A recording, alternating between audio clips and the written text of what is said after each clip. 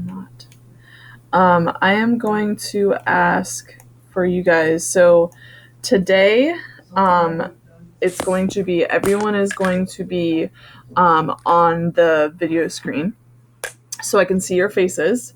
And then I am going to ask, because I'm going to share my screen as I talk to you guys today. All right. So if you need to brush your hair or, put lipstick on or something, make sure you do that so that I can see your faces. Okay. Hey. I woke up 2 minutes before my class started. Oh my lord. Me too. I didn't mean to. I took some medicine last night. Sleeping medicine? Through my alarm. Kind of. I took a lot of Advil too. It was a rough night. Oh, She also had a stroke. It was interesting. come here, I Peanut. almost Lay had down. another one this morning, Thomas. You missed Hey, it. Lay down. Lay down. Before it got bad. Okay, so can I have you guys all mute yourselves? Because we have a lot that we're gonna do. I need to see right now. I don't see Sean or Thomas, so please put yourself on the screen. I'm about to present my screen, and I need to see your just most handsome faces, please. I don't want to, but I didn't want to. I know, which is why I'm making. I can just do this. Nope. Okay. So in a couple of seconds, you should be seeing my screen. So let's see. So I'm going to be trying now. Part of it is going to be music that's coming from my speakers. So I'm going to unplug my thing so that maybe we can hopefully see. Maybe hopefully you guys can see your or hear some of the stuff that I'm talking about. So at some point I'm going to take my headphones off, pull it out so that you can hear the stuff. At that point I will probably ask you to see if you can hear what I'm trying to have you hear. Okay? All right, here we go. Sean, go ahead and mute because things are going to bounce back and it's not going to be good. All right. Thank you. Okay. So we are going to do this, or I do this from the beginning.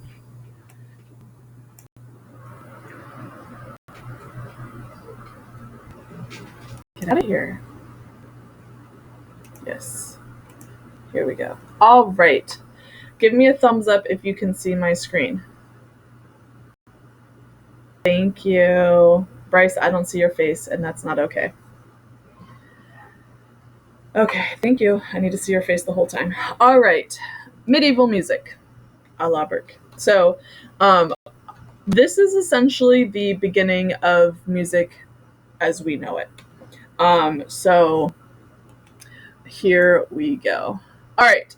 So the very beginning of written music, medieval music that we are going to be going over today really started with the fall of the Western Roman Empire. During that time, it was the roughly year 476. At that point, the Black Plague was happening. So the spread of the Black Plague, the bubonic plague, however you want to call it. And then at the same time, in addition to that, it was the spread of literacy. At that time, it said that the literacy of, and we're talking about specifically European music, just so that you understand, okay? We're not talking about any other countries. We're talking about Western music because that's the music that that our music that we play is based off of. But anyway, at that point, literacy was only 4 to 6% of people in general. A fun fact: there's this German word called, the German word is Graf, Graff, and that's the German word for earl or count, and that literally means. Hold on one second. Naisa is coming in. That literally means literate person. So when you were a Count Dracula, you were literate Dracula. So fun fact. Okay. The next thing we have, okay, so there are two words that deal with the sound. So we have monophony and polyphony. I'm going to start. The very beginning was monophony. Can I please have, let me see, Thomas, can you please tell me what you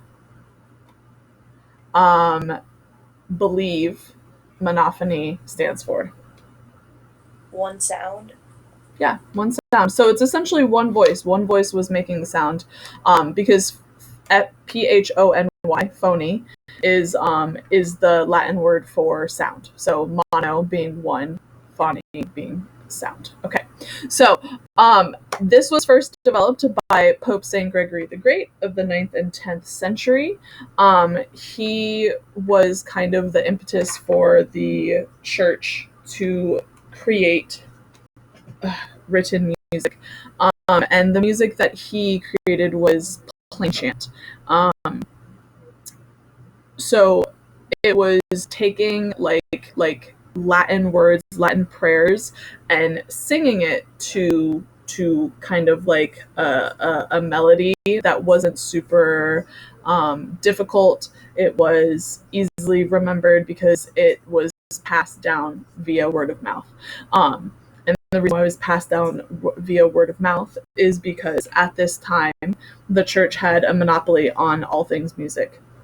And the church actually believed that and prescribed the notion that if you were composing music, you had to compose anonymously, because when you did, it wasn't putting the fame to you, and therefore it was an act to the church. And so tons of music was written in this time period, and the church did a really good job of preserving the music, but like hardly any composers are known of this time period. I mean, it's very, very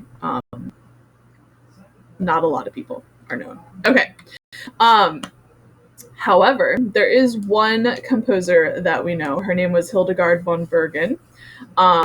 She was herbalist, visionary, philosopher, mystic, writer, composer, etc., etc., etc. She was kind of this awesome, one of the greatest women of kind of the time, and definitely of her time, but in general, okay, she was an abbess, which means she worked in an abbey or lived in an abbey, whatever that's called. And she went around Europe protesting the church, even though she worked for the church. So she was kind of a baller, in my opinion, my humble opinion. We know that she wrote 69 songs. For sure, she wrote 69 songs. She probably has written more, but we just don't know what the songs were. And she is one of the most recorded medieval composer in our modern world. So we actually have a lot of, hey Sean, it was obvious, don't do that.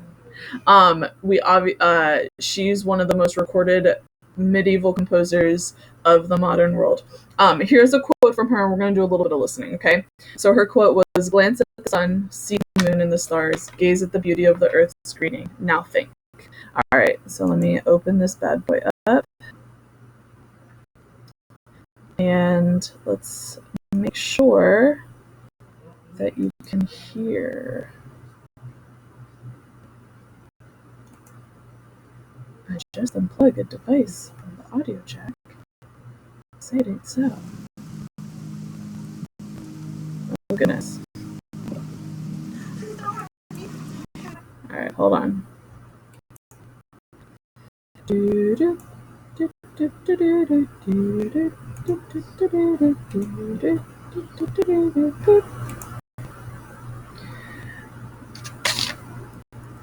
Okay, let's try it.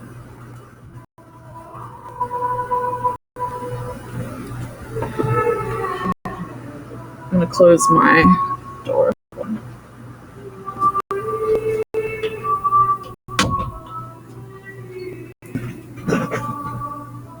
Can you hear it at all?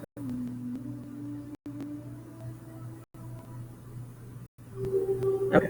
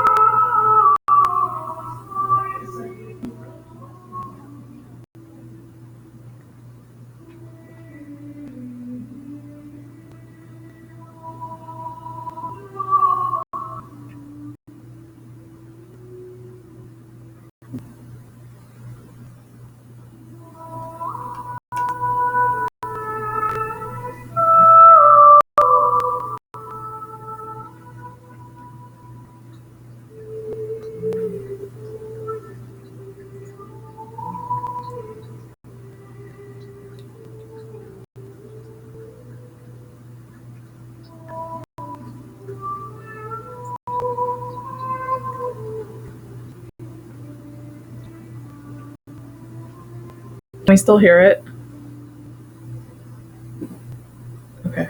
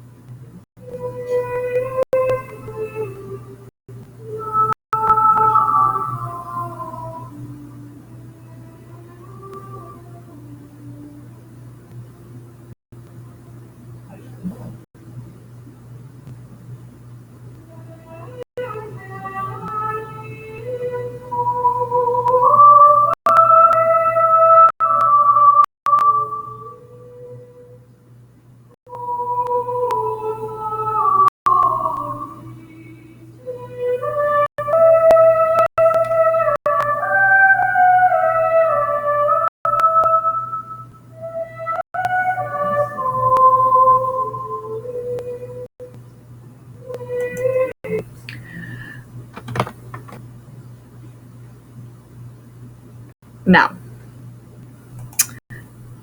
can you guys hear me? Okay. I can listen to that forever. I while I was like putting this whole thing together, so I have like all my notes written down. Let's see, like a lot of notes written down. As I was like putting this whole thing together, I just kept putting all different like composers from the medieval times and listen to it because it's I don't know, it's so relaxing to my ears and pleasant, and I love it. So anyway, so that is an example of monophony. So as you can tell, there was only one. There were multiple people singing, but they were only singing the one part, and that is categorically a trait of monophony, obviously, because it's one sound.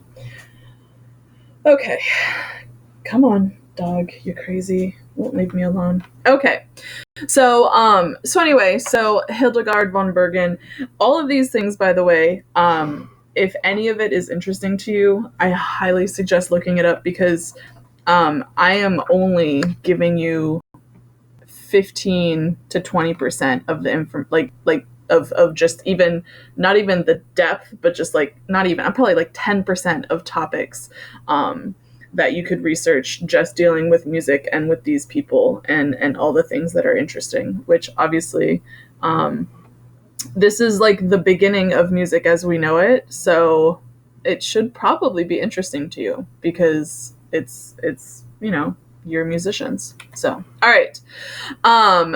Around 1000 AD is when we started experimenting and really delving deeper into polyphony, which was the early version of harmony.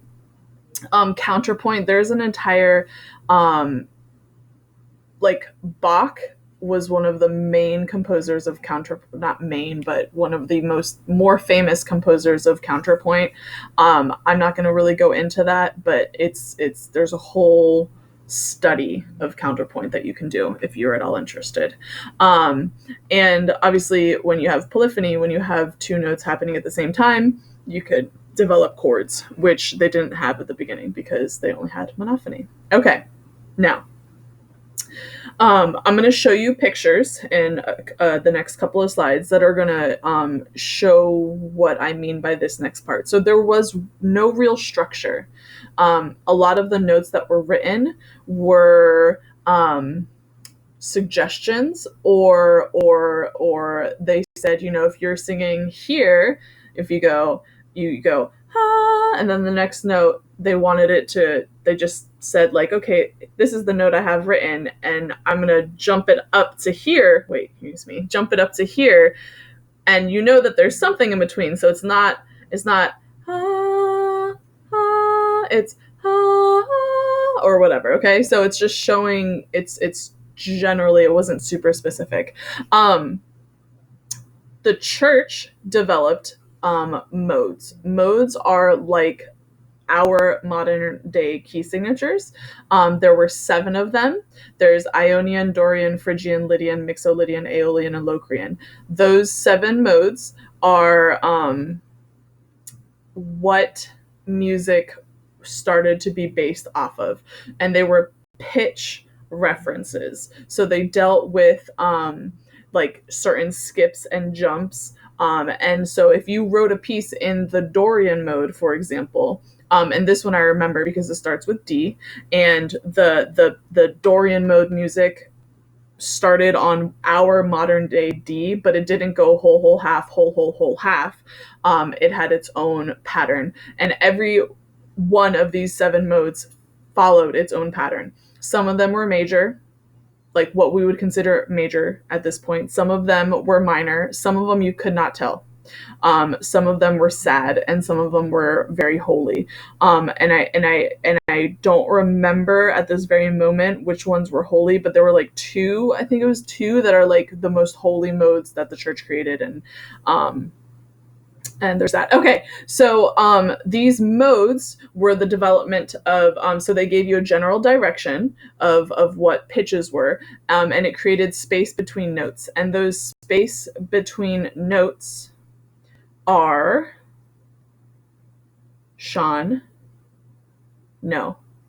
Bryce, are called what? The space, not only the notes and the space between notes. Either of those, do you know the answer? Bryce. If I'm gonna be real, I don't.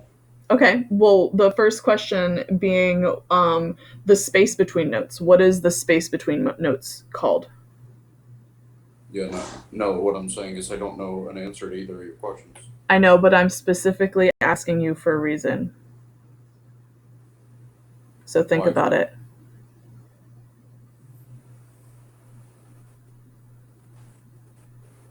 No? Bro, I don't know. Okay. Sean, let's go back to you. The space between notes. So you have one note and you have another note. That space, when you play them, what is that called? I did mention it. It's actually on my screen right now. What is that called?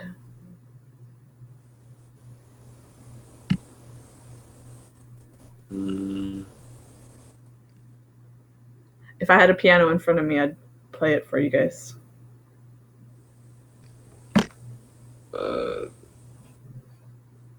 Counterpoint? No. Nikki? Is it a chord? It is a chord. That's why I went to you, Bryce. So the space between notes, okay, and then what is, Bryce, if we're talking about chords, and what is a synonym for the notes? So if we're not talking about, I'm trying to think of this without giving it away. What is a synonym for notes? We're talking about different. I mean, will chords even work? You could. What creates chords? Multiple notes. What is a synonym for notes? I don't know, rhythm, sound, or I'm going to try someone else. Naisa, what is a synonym for notes? Key? No, key is synonym for mode. It's not the key. Grace? would pitch work? Oh my gosh, Grace! Oh. You're so deep voice sounding. Yes, pitch. Pitch is what I'm talking about. So the different notes, the different pitches are what create chords. Okay? I got like galaxy brain for a second. So anyway, so the different modes, so these Ionian, Dorian, Locrian, all of these modes were created by the church to give us direction in terms of pitches. And then the Notre Dame School of Polyphony, which was a real place, I think is technically still a real place, developed rhythm modes. So fun fact. Okay, so on your screen right now, you have an example of monophony. So as you can see, no pitches. So everything, if I were to say, play this right now, you wouldn't know what the heck is going on because it doesn't give you any real information. But this is what I was talking about where I was saying, it gives you a general idea. So like if you look right here, you can see my mouse. So you have the pitch like la la la la la la la la la la la, right? So like obviously I'm just guessing, this isn't real.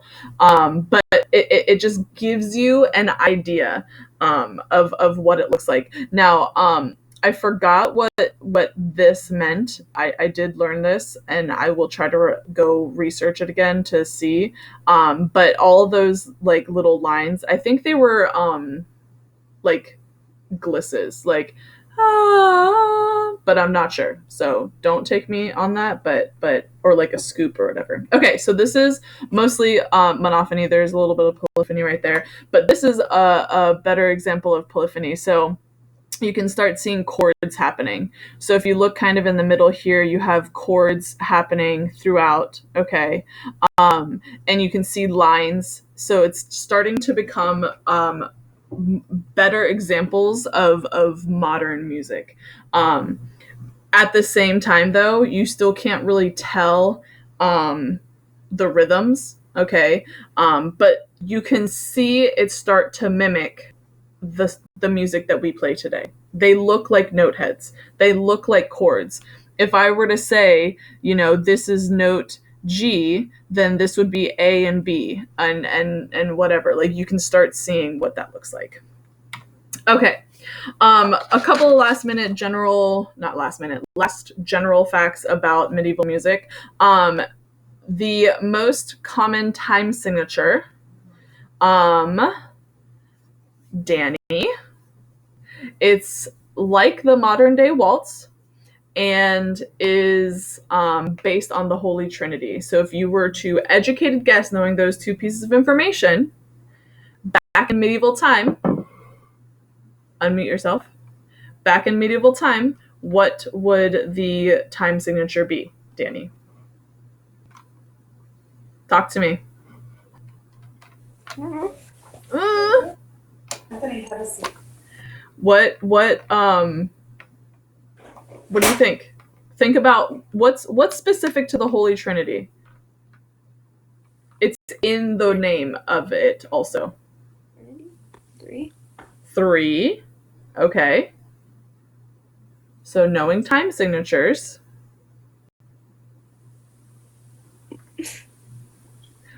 Bop bop bop bop bop bop bop bop. What's that time signature? That was a waltz, by the way.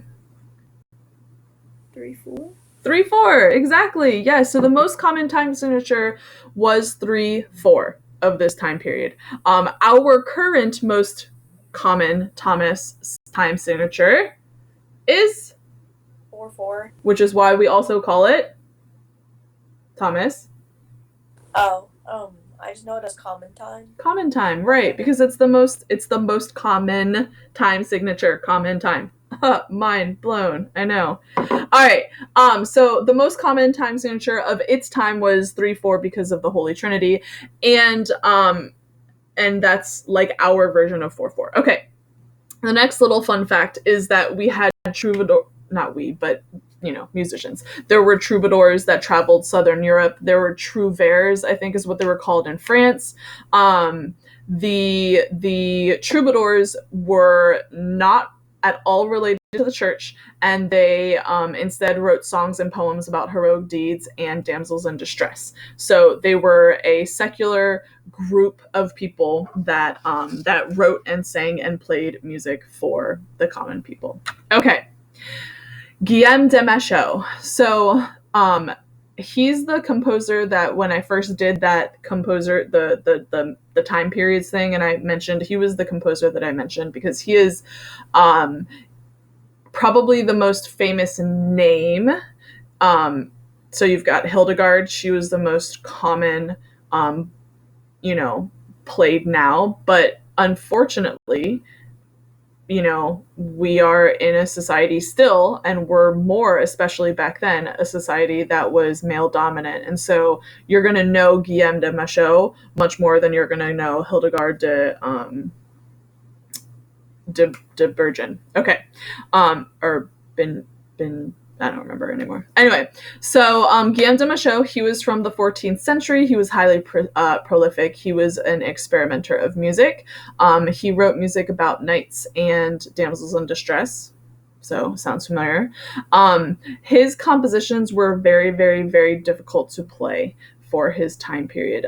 He wrote music that was meant to be sung in a very specific vocal range, which meant that this was the beginning of musicians having to actually purposely practice their craft. So because that's because he wrote difficult stuff and it was for specific stuff. He inspired, according to what they believe, he inspired Geoffrey Chaucer. So if you want to ever read anything from that time period that dealt with the Chaucer was an author. And then here we have a piece of music that I want you guys to listen to. There is so much I can tell you about the music that we're about to listen to. There's like a drone that you can hear. There's multiple voices. There's like 3 different instruments playing. Je vivois liment me deport. Don't get mad at me, Nicholas. But it was like, let me live a life of happiness, something like that. Anyway, here we go. Let's try this bad boy out.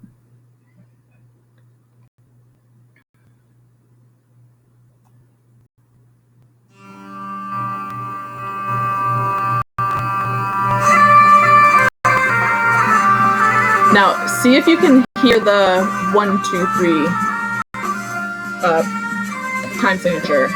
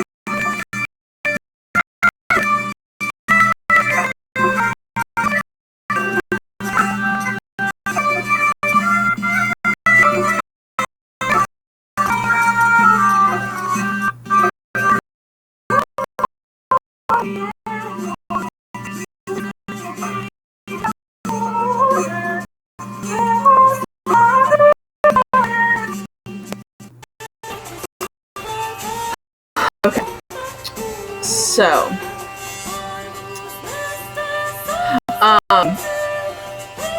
just so that you can know, these are the lyrics.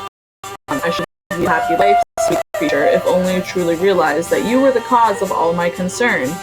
Lady of cheerful bearing, pleasing, bright and pure, often the woe I suffer to serve you loyally makes me say, alas!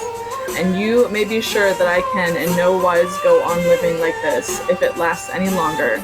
For you are the merciless to me, and pitiless obdurate, and have put some longing into my heart that it will certainly die a most dismal death, unless for its relief your mercy is soon ready. So, lots of information. I know, I got you. I'm saying bye. Alright, so I am, we're so close, but I didn't get to finish. I did want to show you, well, if you need to go, I will stop this class, but I will show you one thing. I have so I just closed the class, so if you need to do exit ticket, I just want to show you one thing. So I actually have an example of a lyra, which is, one of the instruments from the medieval period. This is obviously a modern lyra. This is not one from the time period. And by modern, I mean it's like from the early 19th century or 20th century. But you can see at the top it says lyra, and it sits in my dining room, and it's super cool. It's broken though. I gotta get it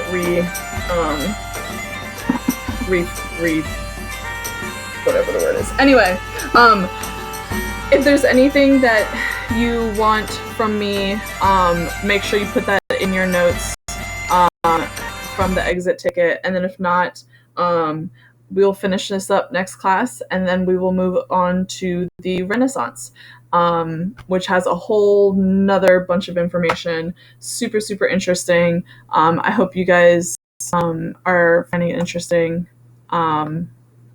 Yeah. Okay. See you guys next class, and that's it. There's no question, Miss Burke. Yeah, there wasn't one last Well, time then, either. Are you sure the little bell? Yeah, When you hit, Yeah, I mean, I can show you it if you want. it just kind of says like it from the first session that we did. And it just says you submitted feedback, but that's I it. do have a question. It's not from like this, from the stuff that we did today. What about the thing that's due tomorrow? Am I just gonna have another link? Or, yeah, you're just adding to the same link, bud. oh, I'm sending to the same link. Okay. Yep. I just think Yep. I'm doing that probably tonight or tomorrow. Okay. Remember, it's supposed to be multiple times during the week. Okay. Yes. So tonight and tomorrow. Yeah. Okay. Right. Have a good day. You too. Miss Burke, Yes, sir. you're the voice actor for the soldier from TF2 died. No. From was it from Rona? Yeah, I'm pretty sure it was, but like